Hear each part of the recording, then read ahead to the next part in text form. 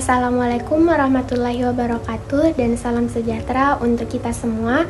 Yang saya hormati Ibu Dwi Reski Anandari Sulaiman SPSI MSI selaku dosen pada mata kuliah Psikologi Pendidikan serta teman-teman di kelas 01 PKK yang saya banggakan. Puji syukur marilah kita panjatkan kepada Allah Subhanahu wa taala dan salawat serta salam kepada Nabi Muhammad sallallahu alaihi wasallam. Saya Nabila Ramdhani Rahman selaku moderator dari kelompok 5 akan memperkenalkan anggota kelompok saya, yaitu Muhammad Ridwan, Nurmayanti, Sabana Marwah, dan Siti Nurhidayah.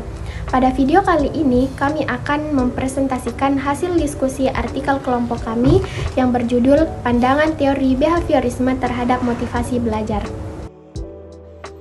Baik, materi pertama yang saya bahas yaitu pandangan teori behaviorisme tentang pendidikan. Teori behaviorisme memiliki pandangan terhadap manusia mengenai tingkah laku yang dapat diubah dengan memberikan stimulus diikuti dengan penguatan berupa ganjaran atau reward atau hukuman. Tingkah laku dari manusia berasal dari lingkungannya. Maka dari itu, teori behaviorisme memiliki perspektif bahwa manusia dapat dirancang untuk melakukan sesuatu yang baik melalui penerapan teori behaviorisme yang diterapkan dalam lingkungannya. Disinilah peran pendidikan sebagai salah satu lingkungan yang dapat memberikan pengaruh yang baik terhadap tingkah laku dari manusia. Tingkah laku yang baik memberi kemudahan dalam menumbuhkan motivasi belajar. Motivasi belajar itu dibutuhkan dalam dunia pendidikan, karena dengan adanya motivasi, belajar membuat seseorang lebih memiliki dorongan atau pegangan dalam mengikuti pembelajaran. Pandangan tentang belajar menurut aliran teori behaviorisme tidak lain adalah perubahan dalam tingkah laku sebagai akibat dari interaksi antara stimulus dan respon. Atau dengan kata lain, belajar adalah perubahan yang dialami siswa dalam hal kemampuannya untuk bertingkah laku dengan cara yang baru sebagai hasil interaksi antara stimulus dan respon. Baik, yang kedua yaitu pandangan teori behaviorisme terhadap motivasi belajar. Teori behaviorisme menjelaskan motivasi sebagai fungsi dari rangsangan atau stimulus dan tanggapan. Sedangkan bila dipelajari dengan menggunakan teori kognitif, motivasi adalah fungsi dari psikodinamika yang lebih kompleks yang melibatkan kerangka mental siswa untuk berbagai aspek perilaku. Menurut sumber penyebabnya, motivasi dibedakan menjadi motivasi intrinsik dan motivasi ekstrinsik. Motivasi intrinsik berasal dari minat, kesenangan, dan kebutuhan. Baik, terima kasih atas kesempatannya. Di sini saya akan melanjutkan poin selanjutnya, yaitu pengaruh teori behaviorisme terhadap motivasi belajar.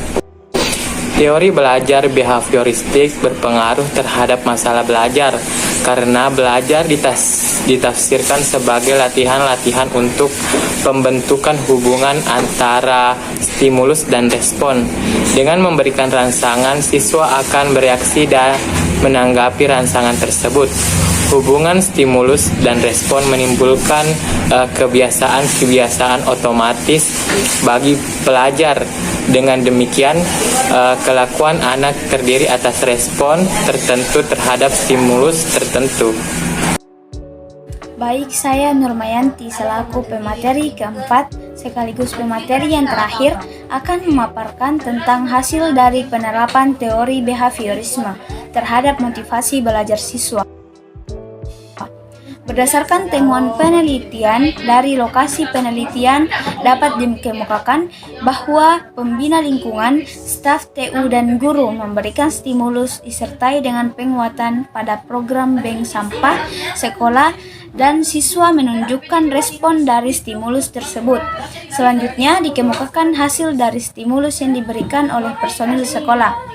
Hasil adalah sesuatu yang diadakan oleh usaha. Dalam KBBI tahun 2017, teori belajar behavioristik menganggap bahwa yang dinamakan belajar adalah merubah tingkah laku. Seseorang dikatakan telah belajar sesuatu jika dapat menunjukkan perubahan perilaku tersebut. Dalam Mukminan 1997 halaman 23. Sekolah menjadi salah satu tempat perubahan perilaku karena sebagian waktu dari siswa dihabiskan di sekolah. Menurut Santrok dalam Desmita tahun 2013 halaman 187 menyatakan bahwa siswa menghabiskan waktu bertahun-tahun di sekolah sebagai warga masyarakat kecil dengan sejumlah aturan yang membatasi perilaku, perasaan, dan sikap mereka. Dari stimulus personil sekolah telah menghasilkan perubahan pola pikir pada siswa yang lebih mencintai lingkungan. Perubahan perilaku dari yang sebelumnya membuang sampah bukan di tempatnya menjadi membuang sampah di tempatnya. Perilaku dari yang sebelumnya membuang sampah di tempatnya menjadi mengumpulkan sampah untuk ditabungkan ke bank sampah sekolah. Perubahan perilaku siswa yang sebelumnya tidak peduli terhadap lingkungan sekitar menjadi lebih peduli dan menjaga lingkungan. Sebagaimana tujuan belajar menurut teori belajar behavioristik, bahwa seseorang dikatakan telah belajar apabila mampu menunjukkan perubahan tingkah laku dalam Baharia dan kawan-kawan tahun 2018. Baik. Adapun kesimpulan dari kelompok kami yaitu dengan ini dapat kami simpulkan bahwa teori behaviorisme mempunyai pandangan terhadap manusia mengenai perilaku yang bisa diubah dengan memberikan stimulus diikuti dengan penguatan berupa ganjaran, reward, atau hukuman. Maka dari teori behaviorisme memiliki pandangan terhadap motivasi belajar yang bisa dirancang dengan mengikuti teori behaviorisme, salah satunya memberikan hadiah atau reward kepada siswa. Untuk menunjang keberhasilan belajar, untuk itu penting adanya memberikan motivasi belajar kepada siswa karena motivasi bisa meningkatkan semangat belajar siswa sehingga proses pembelajaran berjalan dengan baik. Hal ini bisa dilakukan dengan menerapkan salah satu teori belajar yaitu teori belajar behaviorisme.